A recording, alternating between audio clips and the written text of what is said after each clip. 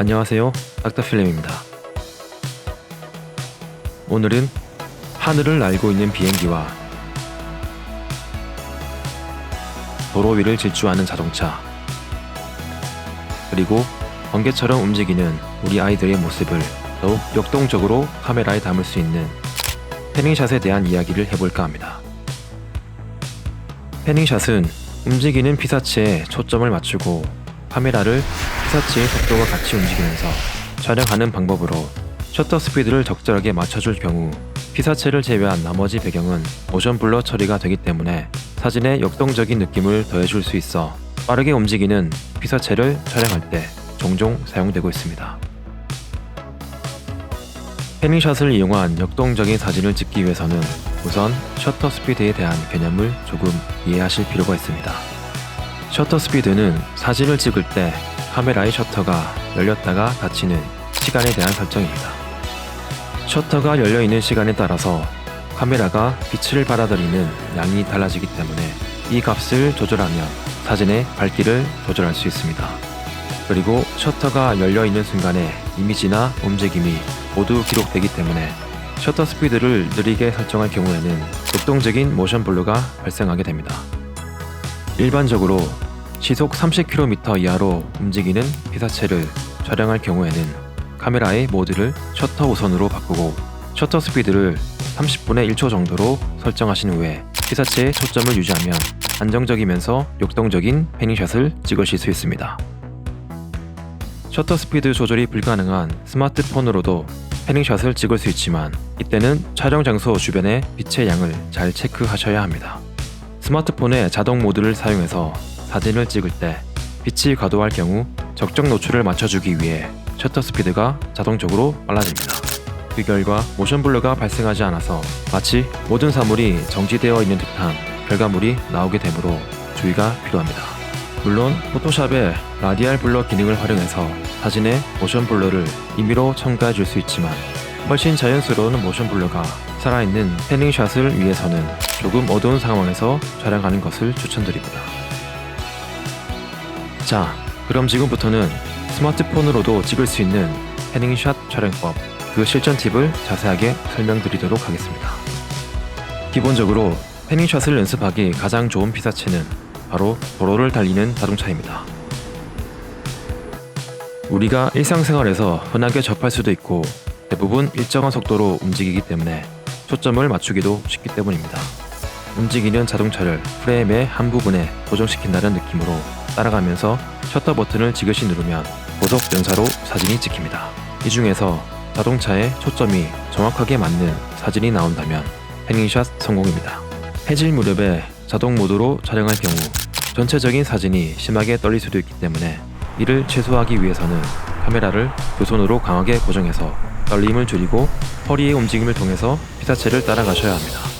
이런 촬영 기법을 조금만 연습하시다 보면 안정적인 패닝샷을 연출하실 수 있을 겁니다.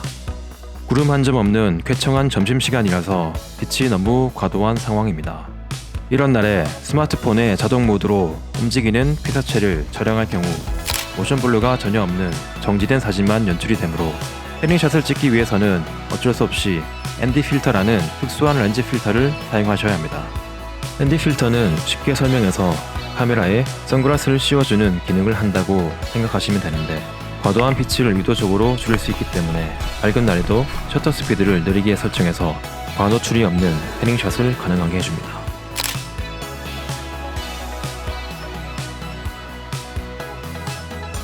마지막으로 설명드릴 실전 팁은 어두운 실내에서 뛰어노는 아이들을 패닝샷으로 잡아내는 방법입니다. 주변 환경이 어두워서 셔터 스피드가 느려진 상황이라 움직이는 아이들을 스마트폰으로 찍을 경우 심하게 흔들린 사진이 나오게 됩니다. 바로 이럴 때 흔들림마저 역동적인 예술로 승화시킬 수 있는 패닝샷 기법이 필요합니다.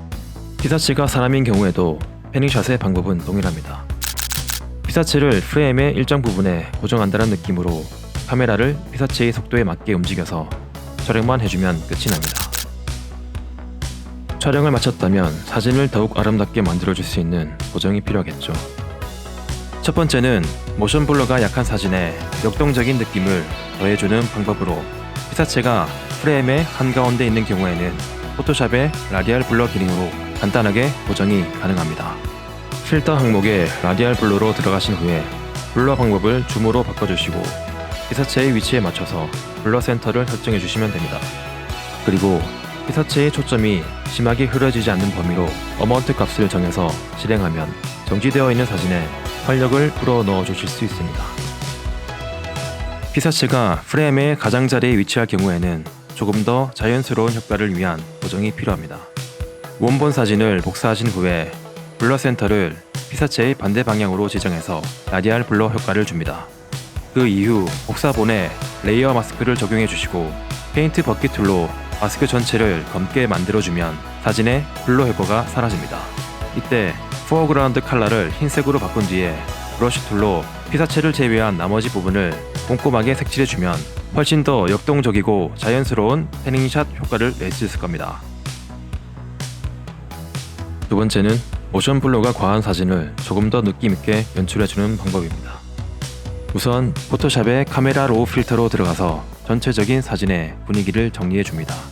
디헤이즈의 값을 높여서 밋밋한 하늘과 사진을 또렷하고 입체적이게 만들어주고 클리어리티와 텍스처로 전체적인 질감과 느낌을 조금 거칠게 조절해줍니다. 그리고 블랙과 섀도우스를 낮추고 하이라이트와 화이트 항목 그리고 콘트라스트를 조금 높여서 사진의 대비를 강하게 만들어줍니다. 전체적인 밝기를 익스포저로 맞추고 나서 비브란스와 세츄레이션으로 색의 진하기를 맞춰줍니다. 전체적인 사진의 분위기가 정해졌다면 이제 피사체에 대한 집중도를 높이는 작업이 시작됩니다. 상단에 있는 라디알 필터로 들어가 봅시다. 라디알 필터를 활용하면 내가 선택한 영역에만 효과를 줄 수 있기 때문에 사진의 특정 부분을 강조하고 싶을 때 사용하시면 좋습니다. 우선 자동차의 형태에 맞게 영역을 설정해주고 나서 텍스처와 클리어리티 값을 높여서 자동차의 디테일을 높여줍니다. 그리고 똑같은 크기의 영역을 하나 더 만들어주신 후에 이펙트 선택창에서 아웃사이드를 선택해줍니다.